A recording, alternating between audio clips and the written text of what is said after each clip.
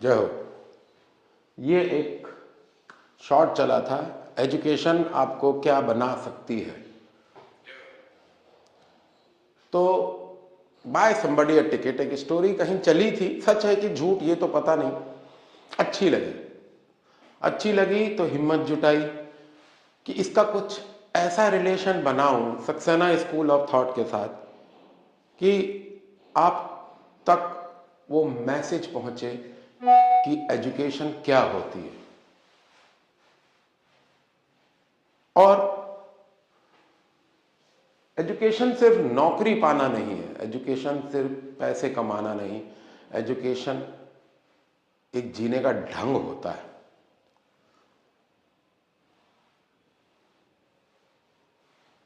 मुंशी प्रेमचंद को पढ़ा और बागी हो गए। तस्लीमा नसरीन मैम ने कहा, शायद उन्हीं ने कहा, किसी देश को जानना है तो उसके दौर का लिटरेचर सुनिए।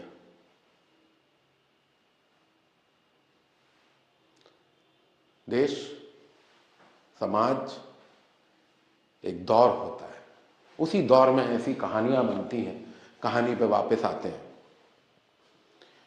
एक गांव के बैकग्राउंड से बच्ची, डिस्टर्ब चाइल्डहुड थी। फादर, मदर, हालात, लड़ ना पाई लेकिन बहादुर थी। फटे हाल कपड़ों में एक बड़े शहर की तरफ दौड़ी, किसी तरीके से बचते बचाते। 13-14 साल की लड़की कितना सोच सकती है। रेलवे स्टेशन आई, उसको पता था रेलगाड़ी से कहीं दूर जाया जा सकता है। पहले दर्जे के डब्बा सामने था, वो एसी डब्बे में चढ़ गई और एक सीट के नीचे छुपकर लेट गई। ट्रेन के चलने का समय अभी हुआ नहीं था। धीरे धीरे सवारियां आईं, वो भी सिकुड़ती गई। उसको एहसास हुआ कि जिस सीट के नीचे वो है, उस सीट पर कोई लेडी बैठी है। सैंडल से पहचाना, साड़ी के घेर से पहचाना। थोड़ी देर बाद टीसी आया। टीसी ने मैम का टिकट चेक किया और अचानक टीसी की नज़र सीट के नीचे से निकलते 2 पंजों पे पड़ी। उसने उस लड़की को घसीटा, बाहर निकाला और कहा, तुझे अभी पुलिस में दे दूंगा, तू डिब्बे में चोरी करने आई है। और वो लड़की कह रही, बार बार कह रही, रो रही, होठों पे पपड़ी जमी हुई थी, गाल फटे हुए थे, बाल उलझे हुए थे और कपड़े भी कुछ ज़्यादा अच्छी हालत में नहीं थे। देखने से लग रहा था शायद इसने 2-3 दिन से ढंग से खाना नहीं खाया है। वो जो लेडी थी करीब मिड-40s में रही होंगी और शायद सरकारी सेवा में अधिकारी थी। मीटिंग करके रात की ट्रेन पकड़ के वापस किसी बड़े शहर में जा रही थी। बात आगे बढ़ी। उस लेडी ने कहा, अरे ये छोटी सी बच्ची है, इसको क्यों आप पुलिस में दे रहे हैं? ठहरिए, मैं इसका टिकट ले लेती हूँ। टिकट ले लिया और उस लड़की को अपना टॉवेल दिया, जाओ तुम मुंह हाथ धो आओ।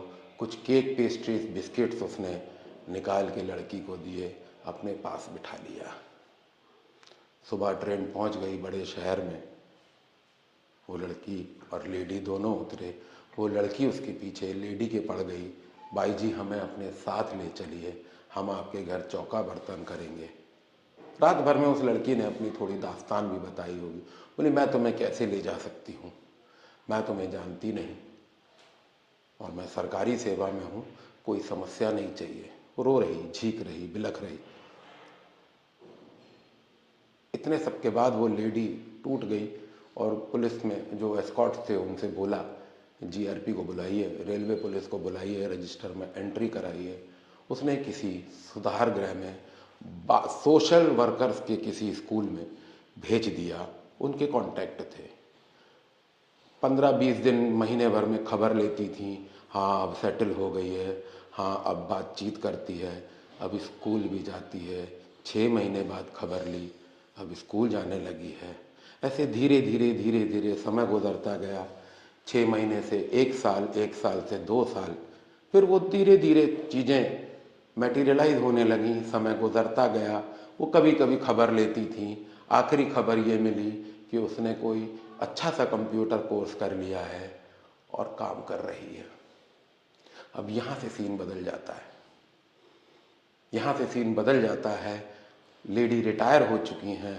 उनको विदेश में एक सेमिनार में जाना था। आने जाने का किराया मुफ्त था।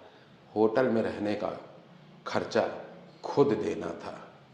वो गई, विदेश गई, मीटिंग अटेंड, सेमिनार अटेंड किया और वापस लॉन्च में आके जब जा रही थी तो उन्होंने कहा बियरर से, मेरा बिल लाइए।